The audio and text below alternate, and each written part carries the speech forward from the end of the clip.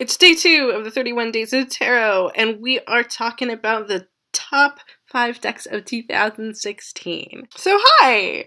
The top 5 decks of 2016. The way I took this question is to mean the top 5 decks that I used in 2016, because I did not make a whole lot of deck purchases, or really any purchases of anything in 2016.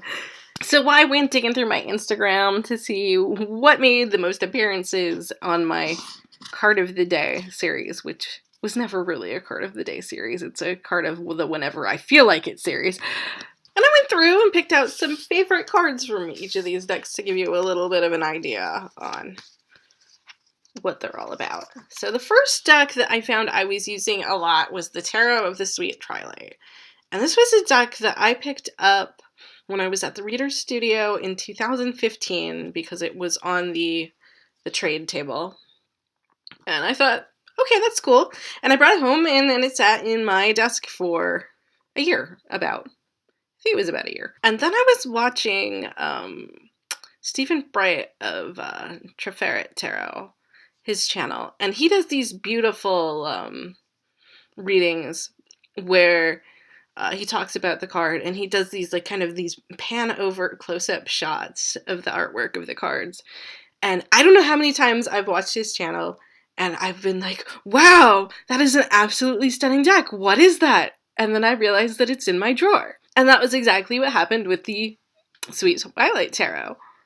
So I pulled that out of the drawer and I started using it a lot. So let's take a look at a couple of the cards from there. So we've got the Four of Wands, and don't they look cozy on that couch? I think I love this deck because there's a bunch of cards that are very kind of lovey. The Two of Chalices, the Lovers, of course, the Ten of Cups, and then I love the Knave of Wands with his guitar. And the tower it's on fire. It is just on fire. The next deck I used a lot was the Cheminée Tarot, which was gifted to me by a very long time internet friend, Crystal. And it is gorgeous, these gorgeous, gorgeous watercolor images. The Tower, the Magician, the Three of Cups, and I love, the Death card in that deck is my favorite card. One of the things that was a little different about this deck was it came with 3 different cards for the world, which I'd love to show you. There's 1, and there's 2, and there's 3. And I didn't even notice that it had 3 versions of the world until one day multiple versions of it were coming up in my reading, so that was a little bit of a surprise. And the thing I found exceptionally challenging with this deck was the court cards. And to give you a couple of examples, that's the Princess of Staves, the Prince of Cups, and my Queen of Staves, because all of the court cards are kind of these portrait looking things. And I had a really hard time kind of getting a good read of which card was what. Because I felt like they all kind of came off a little bit the same to me. Maybe I don't know. It's just me. I had a hard time with them. So the third deck I used a bunch was the Fountain Tarot, which I think I used a bunch the year before as well. Some cards from that. That's the Two of Cups, the Queen of Coins, which is one of my favorites in this deck, the Ace of Cups, the Magician. Oh, and I love the Moon. And there's one unique card in this deck. There's a bonus card, and that's the Fountain card.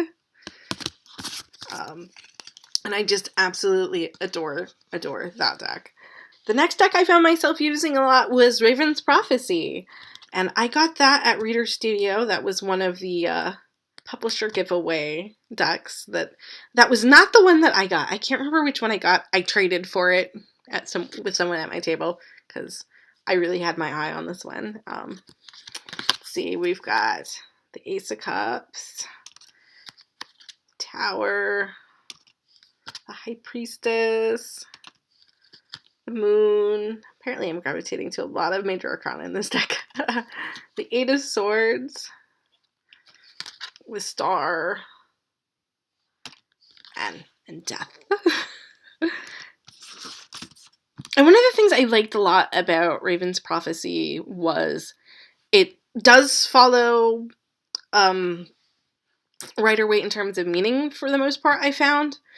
But the imagery for it was very kind of more obscure than like I've seen with a lot of other decks. And I really actually enjoyed that. I wasn't sure about it at first, but I had such a good time reading with it. So I really do like that one. And the last deck that I have been using a lot in 2016 is the Slow Holler Tarot, which was a Kickstarter deck that all of the artists are either Southern or queer or both. And so it's a collaborative deck. And I usually don't tend to go for the collaborative decks, but they did such a great job being unified thematically. All of the cards are gold and black and red and kind of gray. So there is this like continuity to it that sometimes you don't find in a collaborative deck. So that was the Student of Stones, Death, the Alchemist. Some of their cards do deviate from Rider-Waite Smith. Especially some of their Major Arcana cards, because the Alchemist was a different intersection. The Sun, the Hermit, the Precipice, the Chariot, Awakening. Let's see, like the Two of Vessels. But even though it like deviated some, like I found it pretty easy to read. So, it was one of the few new decks I got this year. So, especially in the latter half of the year. So, like, it has been something that I haven't put down very much since I got it, because I've only had that one for about a month or two now. So yeah, those were all of my favorite, most used decks of 2016.